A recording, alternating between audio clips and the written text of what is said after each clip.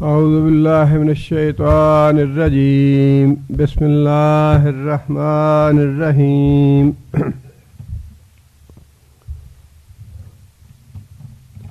یسألونک عن الأہلہ کی آیت سے حج اور عمرے کے مسائل چل رہے ہیں، اور یہاں بھی حج اور عمرے کے مسائل آگے اللہ تعالیٰ نے بیان فرمائے ہیں۔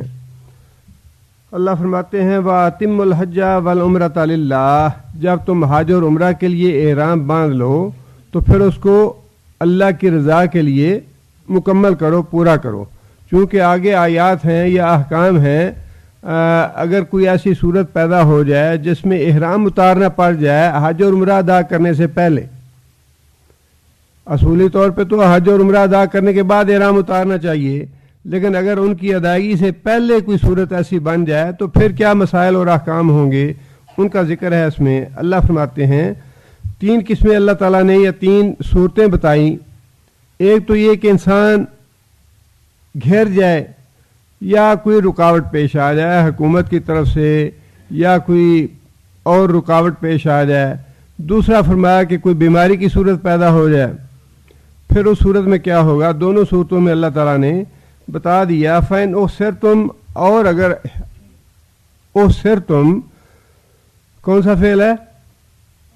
ماضی ہے اور ماضی مجہول، اور جمع مذکر حاضر کا صیغہ ہے أُحْصِرْتُمْ، تم گھیر لیے جاؤ، تم روک لیے جاؤ۔ اس صورت میں یہ ہے فَمَسْتَيْسَرَ مِنَ الْحَدِي، فَمَسْتَيْسَرَ، پس جو بھی میسر آئے، من الحدی،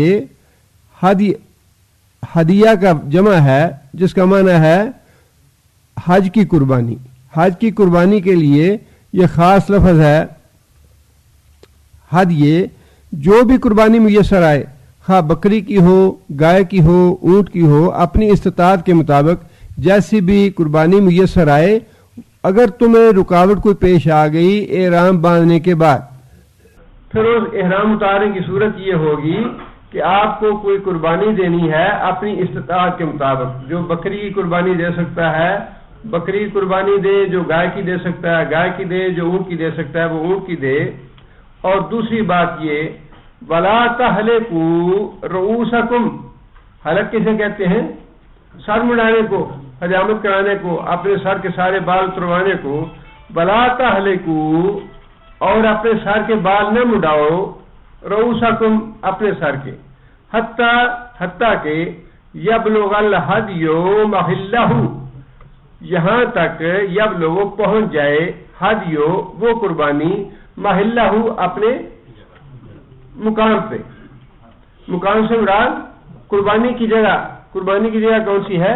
قربانی کی جگہ ویسے تو حرم شریف ہے پورا، منا خاص طور پہ وہ جگہ ہے جہاں پہ قربانی حاج لوگ کرتے ہیں، لیکن اس قربانی کی جگہ پورے کا پورا حرم ہے۔ مکہ میں بھی جائز ہے کرنی، منا میں بھی جائز ہے، پورے حرم میں کہیں بھی کی جا سکتی ہے۔ اور کیونکہ لفظ محلہ کا استعمال فرمایا اللہ نے کہ قربانی اپنے مقام پہ پہنچ جائے۔ اب ایسے لفظ جہاں استعمال ہوتے ہیں وہاں عامہ اکرام یا علماء فضلاء اپنے اپنے ذہن سے سوچ کے بات کہہ دیتے ہیں، اس میں اختلاف اسے نہیں کہا جا سکتا، بلکہ وہ مختلف تعبیریں ہوتی ہیں اور وہ ہر طریقے سے صحیح ہے۔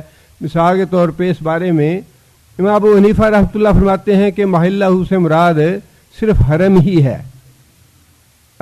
صرف یعنی منا اور مکہ یا پورا حرم جہاں کہیں بھی ہو۔ لیکن امام مالک کہتے ہیں کہ اگر مثال کے طور پہ یہ تو صورت میں ہوگا کہ جب آدمی کے لیے یہ ممکن ہے کہ اپنی قربانی بھیجنے کے لیے کوئی آدمی میسر ہو، یا مکہ میں کوئی آدمی موجود ہے، آدمی اسے پیغام بھیجتا ہے اچھا بھی میرے لیے قربانی کر دو۔ اس صورت میں جب یہ ممکن ہو کہ حرم میں قربانی آدمی پہنچا سکے، اور اگر ایسی صورت ہو کہ پہنچا ہی نہ سکے، کوئی جان پہچان کا آدمی نہیں ہے، کوئی ایسا آدمی اپنے پاس نہیں جو وہاں قربانی لے جا کے ذبح کر دے، تو پھر کیا کرے؟ امام مالک کہتے ہیں پھر جہاں پہ وہ روک دیا گیا وہی اس کا محل ہے۔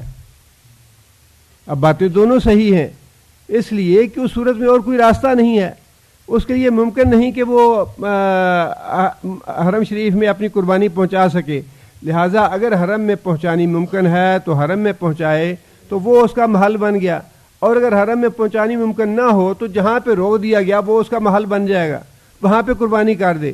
مطلوب یہ ہے کہ قربانی کرے، لیکن اس طرح کے جو مسائل اور احکام میں علماء کرام نے یا ائمہ کرام نے مختلف فتویٰ دیا ہے، اس میں اختلاف کی بات نہیں ہے، یہ تو ایک اپنے ذہن کی سوچ کی بات ہے، اس سے جس طرح بھی انسان کا ذہن سوچ لے۔ بلکہ بعض اوقات دونوں صورتیں ہیں، وہ صورت اگر نہ بن سکے حرم میں بھیجنے والی تو اس کے علاوہ کوئی چارہ کار نہیں کہ انسان وہیں قربانی کرے۔ اس سے یہ بات بھی معلوم ہوتی ہے کہ جب تک اس صورت میں جب انسان روک دیا جائے راستے میں یا کوئی رکاوٹ پیش آ جائے تو اس صورت میں حکم یہی ہے، قرآن مجید کی آیت سے جو معلوم ہوتا ہے کہ جب تک قربانی ہو نہ جائے، جب تک احرام نہ اتارا جائے، فرمایا کہ لا تہلکو، ہلاک نہ کراؤ۔ احرام اتارنے کے لیے حجامت کرانا ضروری ہے، اور اس کے لیے باقاعدہ منع فرما دیا گیا کہ جب تک قربانی محل پہ نہ پہنچ جائے، جب تک قربانی ذبح نہ ہو جائے۔ اس لیے اگر کوئی آدمی روک دیا گیا، کسی وجہ سے رک گیا، آگے نہیں جا سکتا، تو ایسے نہیں ہے کہ انسان نیت کر لے قربانی کی اور نیت ہوگی لہٰذا اب ہم ٹھیک ہے دے دیں گے، قربانی دے دیں گے، چلے احرام تو اتاریں، ایسے نہیں ہے۔ بلکہ حکم یہ ہے کہ اس وقت تک تم سر بھی نہیں مڑا سکتے جب تک تمہاری قربانی کی اطلاع نہ تمہیں مل جائے کہ تمہاری قربانی ہو گئی۔ جب یہ اطلاع ملے تو پھر اپنا سر مڑاؤ، پھر احرام اتارو۔ آگے پھر اللہ فرماتے ہیں کہ ایک صورت اور ہے، ایک صورت تو ہے رکاوٹ کی، گھیر دیے گئے، کسی نے جانے سے منع کر دیا۔ دوسری صورت یہ ہے فمن کان منکم مریضا، پس جو کوئی تم میں سے ہو بیمار، او بہی ازم من راسہ، یا اس کے سر میں کوئی تکلیف ہو، سر میں تکلیف بھی بیماری ہے، لیکن اس کا الگ ذکر اس لیے کر دیا گیا کہ صحابی کے ساتھ یہ واقعہ پیش آیا تھا، وہ بھی بیماری ہے اور وہ بیماری میں شامل ہے کوئی بھی کسی قسم کی بیماری ہو، لیکن ذکر اس لیے الگ سے کیا کہ صحابی کو ایسا واقعہ پیش آیا، لہذا فرمایا کہ کوئی کس بیماری ہو جائے جس کی وجہ سے تم اب عمرہ ادا نہیں کر سکتے، جس وجہ سے اب حج ادا کرنا تمہارے لیے ممکن نہیں رہا۔ اللہ فرماتے ہیں کہ اس کی صورت یہ ہوگی ففدیۃ من صیام او صدقۃ او نسک۔ ففدیۃ، اس کا بدلہ یہ ہے، من صیام، روزہ رکھے، او صدقۃ، یا صدقہ کرے، او نسک، یا قربانی کرے۔ اب یہ تین چیزیں اللہ تعالیٰ نے بتا دیں اس صورت میں جب بیماری کی کیفیت ہو جائے، روزہ رکھے، صدقہ خیرات کرے یا قربانی کرے۔ اب کتنا کرے یہ قرآن نے نہیں بتایا، یہ اللہ کے رسول نے بتایا ہے، اور وہ حکم بھی یا قانون ویسا ہی ہے جیسا قانون قرآن مجید کا ہے۔ یہاں اس بات کی وضاحت نہیں ہے کہ کتنے روزے رکھے اور کتنا صدقہ کرے یا کون سی قربانی کرے۔ اس کی وضاحت حدیث میں رسول اکرم صلی اللہ علیہ وسلم نے یہ بتائی کہ 3 دن کے روزے رکھے، یا 6 مسکینوں کو کھانا کھلائے، یا پھر ایک بکرا ذبح کرے، یہ اس کا فدیہ ہے۔ جو آدمی بیمار ہو جائے، بیماری کی وجہ سے نہیں اپنا حج ادا کر سکتا یا عمرہ ادا کر سکتا، تو احرام اتارنے سے پہلے ان میں سے کوئی چیزیں کرے اور پھر اپنا احرام اتار دے۔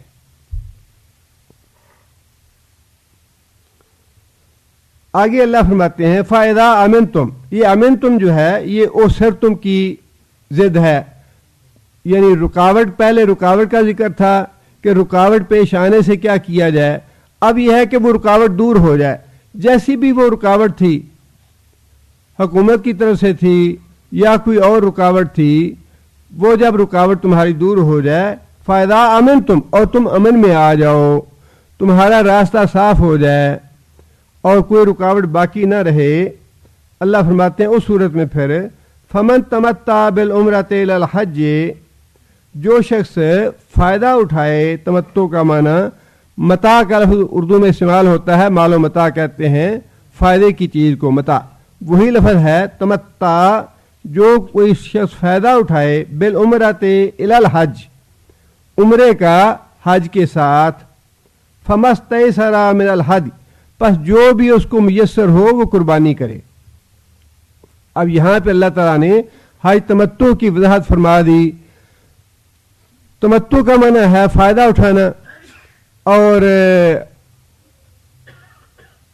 اس مسئلے سے پہلے ایام جاہلیت میں بھی لوگ حج اور عمرہ کرتے تھے, اور ان کے ہاں مسئلہ یہ مشہور تھا یا اس مسئلے پہ عمل کرتے تھے, ایک ہی سفر میں عمرہ اور حج کرنا منع ہے. پہلے یہ عقیدہ تھا یا یہ مسئلہ سمجھا جاتا تھا زمانہ جاہلیت میں کہ ایک ہی سفر میں عمرہ اور حج دونوں ادا کرنے ممنوع ہے, حرام ہے. عمرہ بھی الگ کرنا چاہیے اور حج کے لیے بھی الگ سفر کرنا چاہیے. اب اللہ تعالیٰ نے یہ سہولت مہیا فرما دی کہ نہیں, وہ جو پرانا طریقہ تھا تمہارا وہ درست نہیں ہے, بلکہ ہم تمہیں اس بات کی سہولت دیتے ہیں کہ ایک ہی سفر میں 2 ثواب تم اکٹھے حاصل کر سکتے ہو. عمرہ بھی کر سکتے ہو اور اسی سفر میں اس کے ساتھ ہی حج بھی کر سکتے ہو. اور اللہ کے رسول صلی اللہ علیہ وسلم نے فرمایا کہ آج کے بعد حج اور عمرہ جو ہیں وہ اس طرح ایک دوسرے کے ساتھ ملا دیے گئے. اب اس کے یہ بات کوئی نہ سمجھے کہ یہ گناہ کی بات ہے حج اور عمرہ ایک سفر میں کرنا, بلکہ یہ سہولت مہیا کر دی گئی تمہیں کہ ایک ہی سفر میں عمرہ اور حج دونوں کر سکتے ہو. اب تمتع کا بھی مفہوم ویسے تو فائدہ اٹھانا ہے, اور اس فائدہ اٹھانے کے بھی 2 تشریحیں کی گئی ہیں. ایک تو فائدہ بعض لوگوں نے اس کا مفہوم یوں لیا ہے کہ ایک ہی سفر میں عمرہ بھی کیا اور حج بھی کیا, پیسے بھی بچے, تکلیف بھی بچی, وقت بھی بچا, یہ سارا فائدہ اٹھا لیا. بعض لوگوں نے اس کا مفہوم یوں لیا ہے حج تمتع کا کہ جب انسان احرام باندھتا ہے تو کچھ پابندیاں اس پہ لاگو ہو جاتی ہیں, اور جب احرام اتارتا ہے وہ پابندیاں ختم ہو جاتی ہیں. اور حج تمتع میں یہی ہوتا ہے کہ انسان پہلے عمرہ ادا کرتا ہے اور اس کے بعد انسان احرام اتار دیتا ہے. احرام کی پابندیوں سے انسان آزاد ہو کے غیر احرام کے فائدے جو ہے وہ حاصل کر لیتا ہے, اور پھر دوبارہ چند دنوں کے بعد حج کے لیے الگ سے احرام باندھتا ہے, اور درمیان کا جو وقفہ ہے اس نے احرام کی پابندیوں سے آزاد رہ کے فائدہ اٹھا لیا. یہ 2 مفہوم ہیں جو الگ الگ ہیں, لیکن بہرحال معنی اس کا یہی ہے کہ انسان فائدہ اٹھاتا ہے دونوں اعتبار سے. ایک ہی سفر میں عمرہ اور حج کر کے وقت بھی بچاتا ہے, محنت بھی بچاتا ہے, پیسہ بھی بچاتا ہے, یہ فائدہ بھی ہے, اور احرام کی پابندیوں سے بھی انسان آزاد ہو کے فائدہ اٹھاتا ہے. دونوں طرح سے فائدہ ہے اس معاملے میں. اب یہ حج کی اقسام جو ہیں, یہاں کے لوگ الحمدللہ چونکہ اکثر حج وغیرہ کرتے ہیں ان کو اس بات کا علم ہے, لیکن وضاحت کے لیے اور اختصار کے ساتھ یہ بتا دیتا ہوں کہ 3 قسمیں ہیں حج کی. ایک قسم تو حج افراد ہے. افراد کا معنی فرد کہتے ہیں واحد کو, تنہا کو, اکیلے کو, جس کا معنی یہ ہے کہ ایک سفر میں صرف حج ہی کرنا. حج افراد جو ہے اس کا معنی ہے کہ صرف حج ہی کرنا, اس کے ساتھ عمرے کو نہ ملانا. اس کی صورت یہ ہے کہ جب انسان میقات پہ جائے تو صرف حج کی نیت سے احرام باندھے, حج کی نیت سے احرام باندھ کے منا چلا جائے, اور منا سے مزدلفہ, پھر عرفات, اور پھر واپسی پہ مزدلفہ, اور پھر منا سارے انسان ارکان ادا کرے حج کے, اور عمرہ اس میں ادا نہ کرے. اس صورت میں اگر انسان مکہ میں داخل ہو پہلے تو طواف قدوم کر سکتا ہے, لیکن اس کے ساتھ سائی نہیں ہوگی. طواف قدوم کرنے کے بعد انسان چلا جائے منا میں, اور اگر انسان مکہ میں داخل نہیں ہوتا تو طواف قدوم کی ضرورت بھی نہیں ہے, سیدھا انسان منا میں جا کے اپنے حج کے ارکان شروع کر لے. یہ تو حج افراد ہے جس میں صرف ایک اکیلا حج ہی کیا جاتا ہے, عمرے کو ساتھ نہیں ملایا جاتا. دوسری قسم ہے احرام کی, قران کی. کرن کا معنی ہے 2 چیزیں آپس میں ملی ہوئی. جانور کے جو سینگ ہوتے ہیں ان کو بھی کرن کہتے ہیں, اور اسی لیے کہتے ہیں کہ دونوں آپس میں ملے ہوتے ہیں. صدی کو بھی کرن کہتے ہیں, اور وہ بھی اس معنی میں کہتے ہیں کہ صدیاں آپس میں ایک دوسرے کے ساتھ ملی ہوتی ہیں. اور قران کو بھی اس لیے قران کہتے ہیں کہ اس میں حج اور عمرہ دونوں ملا لیے جاتے ہیں.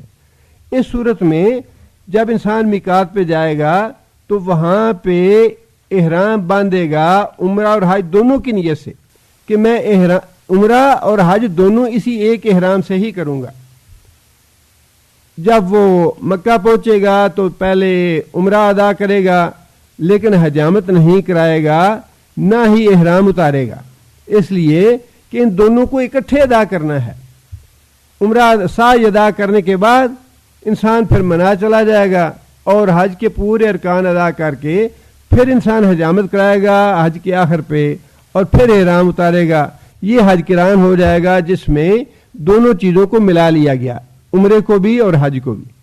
اور تیسری صورت یہ ہے حج تمتع کی. حج تمتع میں یہ ہے کہ انسان میقات پہ جا کے صرف عمرے کی نیت سے احرام باندھے، اس لیے کہ حج کا تو ابھی آگے وقت آنا ہے اور اس کے لیے اس نے الگ سے احرام باندھنا ہے. میقات سے صرف عمرے کا احرام باندھے گا اور مکہ مکرمہ جا کے اپنا عمرہ ادا کر لے گا. عمرہ ادا کرنے کے بعد حجامت کرا کے اپنا احرام اتار دے گا. احرام اتارنے کے بعد جب ایام حج شروع ہوں گے 8 ذی الحج سے تو پھر دوبارہ مکہ سے ہی احرام باندھے گا اور اس وقت وہ نیت کرے گا حج کی نیت سے احرام باندھے گا اور پھر حج پورا ادا کرنے کے بعد اپنی حجامت کرا کے احرام اتارے گا. یہ 3 مختلف قسمیں ہیں احرام کی یا حج کی. حج افراد ہے، حج قران ہے، حج تمتع ہے. اور یہاں پہ اللہ تعالیٰ نے یہ بات ارشاد فرمائی کہ جو آدمی حج تمتع کرے یعنی فائدہ اٹھائے اس بات کا کہ ایک ہی سفر میں عمرہ بھی ادا کرنا ہے اور حج بھی ادا کرنا ہے، اب اس پہ یہ لازم ہو گیا کہ جو فائدہ اس نے اٹھایا ہے اس فائدے کی خاطر اللہ کا شکر ادا کرے. اور شکرانے کے طور پہ کیا کرے؟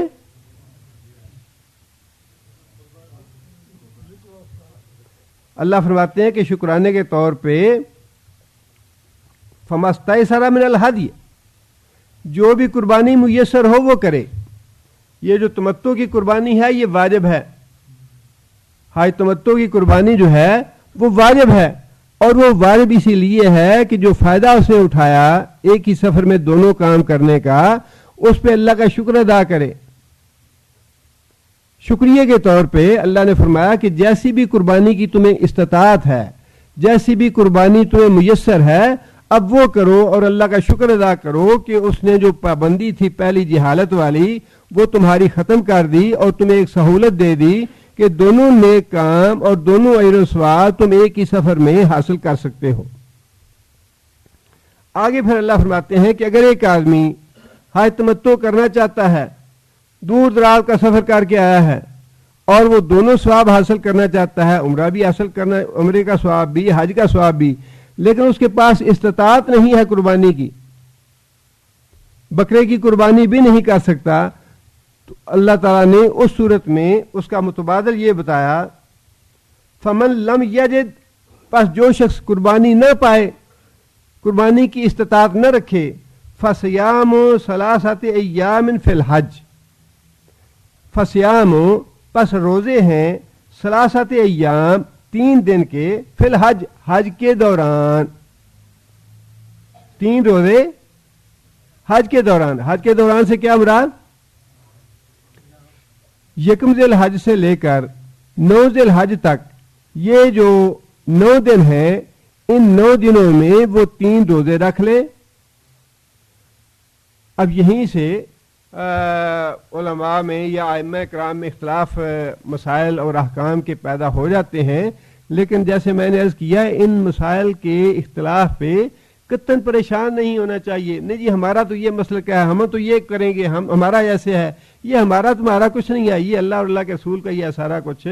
لیکن سوچ میں اس حد تک فرق آ جانا یہ کوئی بڑی بات نہیں کہ اللہ نے فرما دیا قرآن مجید میں کہ ایام حج میں تم 3 روزے رکھ لو. اب ایام حج کہاں سے شروع ہوتے ہیں کہاں تک ختم ہوتے ہیں؟ یکم ذی الحج سے لے کر کون سی تاریخ تک؟ 13 تک، 13 ذی الحج تک، یہ 13 دن ہیں. اچھا قربانی کا دن جو ہے یوم نحر، اس سے تو اللہ کے رسول نے ویسے فرما دیا کہ یہ روزہ نہیں رکھنا. یوم نحر جو ہے اس کا تو اللہ کے رسول نے فرما دیا کہ روزہ نہیں رکھنا. باقی 9 دن پہلے بچے اور 3 دن 11 12 13 ایام تشریق، یہ 3 دن اور ہو گئے. اب بعض آئمہ کا رجحان اس طرف گیا کہ جو ایام تشریق ہیں ان کے بارے میں رسول اللہ صلی اللہ علیہ وسلم نے فرمایا کہ یہ ایام تشریق کھانے پینے کے دن ہیں، ایام تشریق کھانے پینے کے دن ہیں، لہذا اللہ کے رسول نے جب یہ فرما دیا کھانے پینے کے دن ہیں تو لہذا روزہ نہ رکھو، اور بات تو بالکل صحیح ہے یہ بھی، لیکن دوسری طرف اللہ نے خود فرمایا کہ ایام حج میں 3 روزے رکھ لو، اور بات وہ بھی صحیح ہے کہ ایام حج میں ہی شامل ہیں وہ ایام تشریق بھی، لہذا بعض ائمہ نے یہ کہا ہے کہ ایام تشریق میں روزے بندہ نہ رکھے، اللہ کے رسول نے فرمایا یہ کھانے پینے کے دن ہیں، بعض ائمہ نے کہا کہ یہ ایام حج میں شامل ہیں یہ دن بھی، لہذا اگر ایک آدمی نے پہلے دن میں 2 روزے رکھے ہیں، ایک روزہ باقی رہ گیا ہے تو ایام تشریق میں رکھ لے وہ، لہذا مطلوب یہی ہے کہ یکم ذی الحج سے لے کر 10 ذی الحج کا دن چھوڑ کے باقی دنوں میں انسان 3 روزے رکھے، اور پھر آگے یہ بات ارشاد فرمائی وَسَبْعَةٍ اور 7 روزے اذا رجعتم جب تم واپس پلٹ جاؤ، کہاں پلٹ جاؤ؟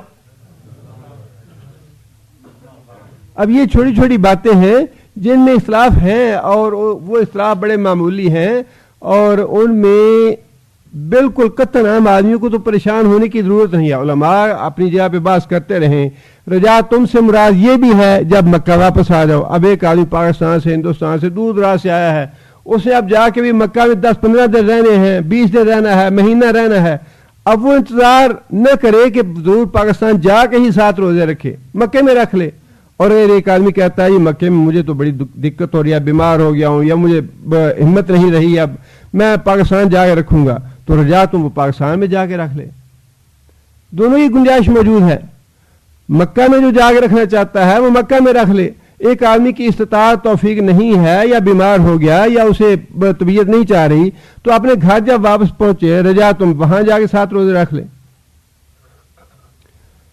لہذا دونوں چیزیں سے مراد ہیں، مطلوب یہ ہے کہ جو آدمی حج تمتع میں قربانی نہ کر سکے اسے اس کے بدلے میں کیا کرنا چاہیے؟ 10 روزے رکھنے چاہیے، 3 روزے حج کے دوران اور 7 روزے جب واپس چلا جائے اپنے ٹھکانے پہ، اور اگر کوئی آدمی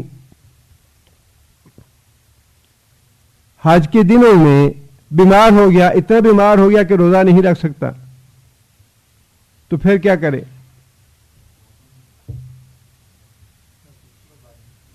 دیکھیے بات یہ ہے کہ دین جو ہے یہ بڑا سہل اور بڑا فطرت کے مطابق ہے، جب انسان کی استطاعت ختم ہو گئی، انسان بے بس ہو گیا، بے اختیار ہو گیا، نیت تو ہے اس کی کہ جو حکم اللہ نے دیا ہے میں نے ویسے کرنا ہے، لیکن ایک آدمی بے بس ہو گیا، معاملہ اس کے اختیار میں نہیں رہا، پھر اس سے شریعت کے حکم نرم ہو جاتے ہیں، پھر وہ جب گھر واپس جائے تو 10 روزے رکھ لے۔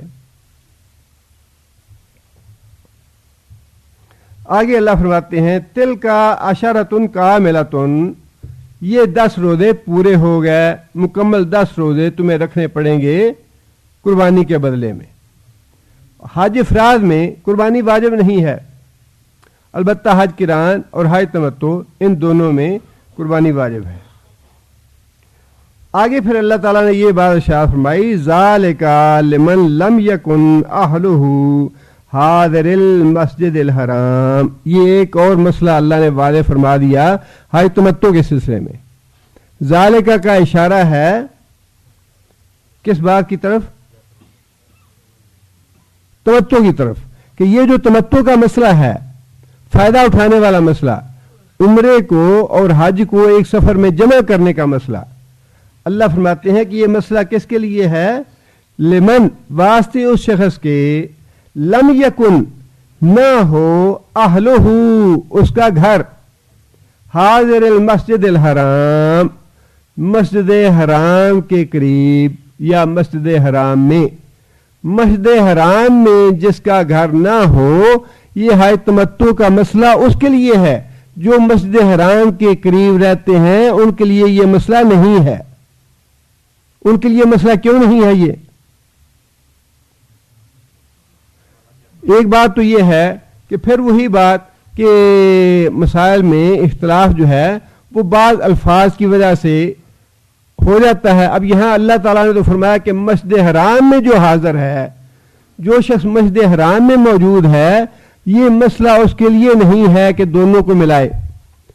اب بظاہر لفظ تو یہ ہے کہ جو آدمی مسجد کے اندر ہے, لیکن یہاں مسجد سے مراد کیا ہے؟ پورا حرم.